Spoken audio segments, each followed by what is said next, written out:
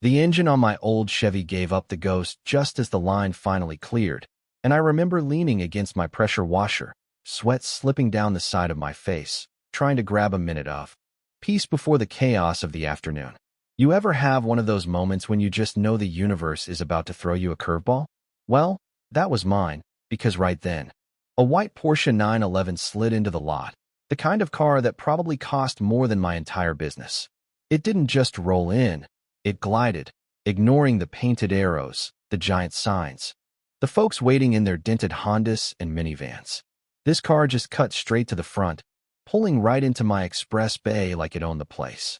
I didn't even have to see the driver to know what kind of person I was dealing with. But when she got out, it was almost comical. The sharp haircut, the expensive sunglasses, the air of someone who'd never stood in line for anything, ever. She looked at her diamond-studded watch and tapped her foot, like the world was wasting her precious time. The worst part was, she wasn't even pretending to care. I tried to keep my cool, tried to channel my best customer service voice, but you know how sometimes, no matter how hard you try, you can't hide that feeling in your gut? That was me, right then.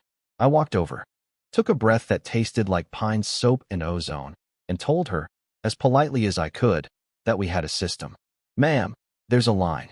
Folks have been waiting, but she cut me off with a voice so sharp it made my teeth ache. I saw this bay was open, she snapped, and I don't have time to wait behind some plebeian pickup trucks. She actually said plebeian, like we were living in ancient Rome and she was the empress. I felt my jaw clench. I tried again, told her everyone waits their turn, but she just waved her hand at me, that sparkling watch blinding me for a second, and said, "It's a car wash, not the DMV. My time's worth more than theirs. Get this started. The sun's brutal out here. And let me tell you, for a split second I wanted to just let it go. Keep the peace. Move on. After all, this is my place, my name on the paperwork, my blood and sweat in every brick and hose and pump." But you ever hit that wall, where you realize you've swallowed your pride one too? Many times. Something in me just snapped. I thought about all the folks in line, honest people who work just as hard as I do, who never cut in front, who never acted like the world owed them a favor. And here was this lady, acting like she owned the air we were breathing. So, I gave her the biggest, fakest smile I could muster. "Absolutely, ma'am." Right away, I turned and walked back to my little shed, the only cool place on the lot. Inside, I could see everything. The line, the bays, that Porsche sitting there like a gleaming white shark. And there it was, the red button on my control panel, no label, just a little secret I'd built for myself, part prank, part insurance policy, for exactly this kind of day. You ever have a moment where you just have to decide, am I really going to do this? I hesitated, thumb hovering over the button. But then I heard her voice again, shrill and impatient, drifting through the walls. "Just how hard is it to wash a car? This is ridiculous." That did it. I pressed the button. From the shed, I heard the pump shift gears, a different sound altogether. Outside, the water jets on her Porsche started up, spraying clean for a second. Then they sputtered out and a new stream burst forth, thick and brownish, flecks of who knows what suspended in it. Even through the window, I could smell it, a sour, earthy stench that made me wrinkle my nose. Out by her car, she went stiff, eyes wide, staring at the ooze splattering her paint. "What is that?" she screamed, horror written across her face. "Is that sewage?" Oh, I'll admit, I had to fight back a laugh.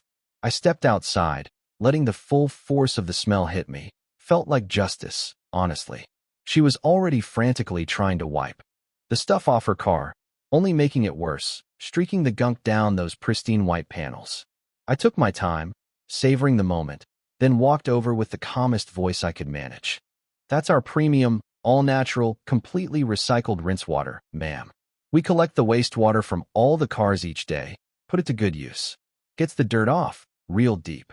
She stared at me, mouth open, like I'd just told her the sky was green. The Porsche, once spotless, now wore a mottled, grayish film, the kind you just know won't buff out. Her face said it all. Anger, disbelief, humiliation, all mixing together. For a second, she looked like she might cry, or faint, or just combust right there in her Jimmy Choos. Just then, from the line, this old guy in a faded John Deere Cap called out.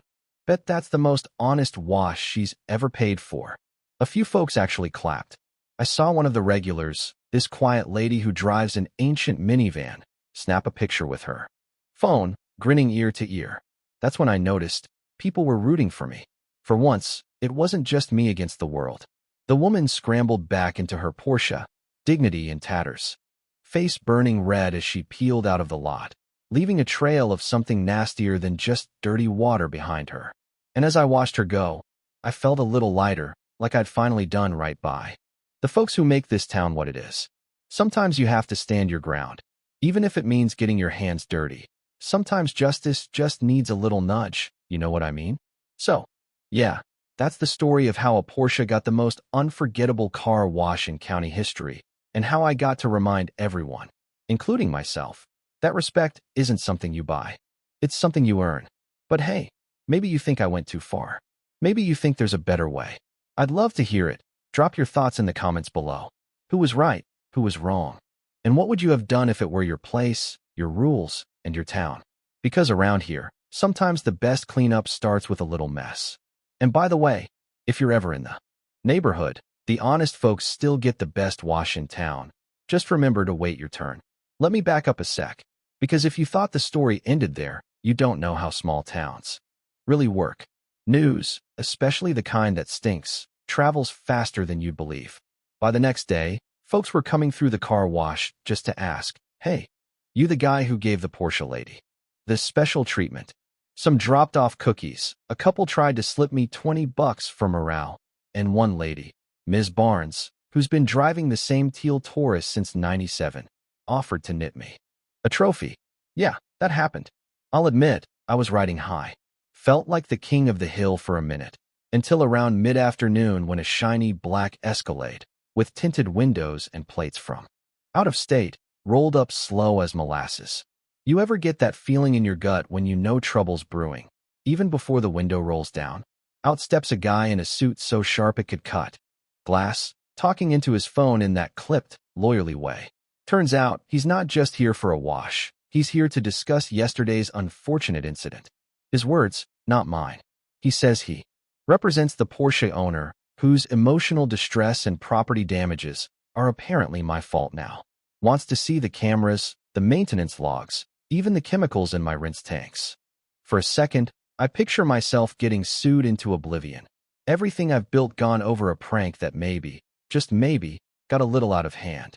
My hands start to sweat, heart knocking around in my chest like a rock in a dryer. But then, from behind me, someone pipes up. It's Mr. O'Neill, retired Army, comes through twice a week, always tips with a grin and a thank you for your service, except he's not talking to me now, he's addressing the suit. Funny, I was here yesterday, Mr. O'Neill says, arms folded, that no-nonsense voice of his echoing across the lot. Watched the whole thing. She cut the line, insulted everyone, demanded special treatment. Got what she paid for, if you ask me. Suddenly, it's not just Mr. O'Neill, there's 3, 4 other regulars gathering, backing me up without even blinking. For a moment, the lawyer just stands there, eyebrows raised, maybe realizing he stepped onto someone else's turf. The suit tries again.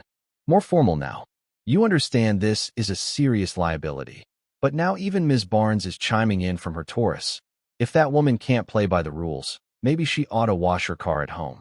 The tension in the air shifts, like a summer storm about to break. Except this time, I'm not standing alone. Then comes the twist I never saw coming. That same afternoon, I get a call from the local sheriff. Turns out, someone had posted a video online. A grainy cell phone clip of the Porsche disaster, complete with my recycled rinse water speech and the crowd's applause. By dinner, the whole county's seen it. Instead of a lawsuit, I'm fielding calls from news stations, and, get this, another car wash owner 2 towns over wants to buy my secret recipe. But as much as I want to laugh it off, the truth is, I spend that night turning it all over in my head. Did I do the right thing? Or just let my temper get the better of me? What if the next customer is someone who really needed kindness, not karma? What kind of example am I setting for the new kid I just hired, or for my own daughter when she hears about this at school? Next morning, I decide to show up early. Open the lot before sunrise. The regulars are already lining up, friendly as ever, But there's something different now. A sense of community, sure, but also expectation. I start handing out free air. Fresheners, extra towel wipes, anything to smooth things over. Even the grumpiest old-timer cracks a smile. And just as I'm starting to think everything's back to normal, the Porsche rolls in. Again, filthy, but this time there's no attitude, no cutting the line. The driver's window rolls down, and it's her, sunglasses off, hair a mess, but she's got a look I recognize. Not anger, not arrogance, just tired. She leans out, voice quiet. I'm sorry for yesterday. Had a really bad week. Guess I took it out on you. You could hear a pin drop. I stare for a second, then nod. We all have days like that, ma'am. Want the deluxe wash? On the house. She actually laughs, just a little, and accepts. So, that's how things go around here. Sometimes justice is a little messy. Sometimes it's about second chances. And sometimes, if you're lucky, your worst day becomes the story everyone remembers, for all the right reasons. But hey, what would you have done? Is there such a thing as too much payback? Or is standing your ground the only way? Drop your thoughts below. Let's see whose side you're on. Because in the end, the best stories are the ones that get people talking.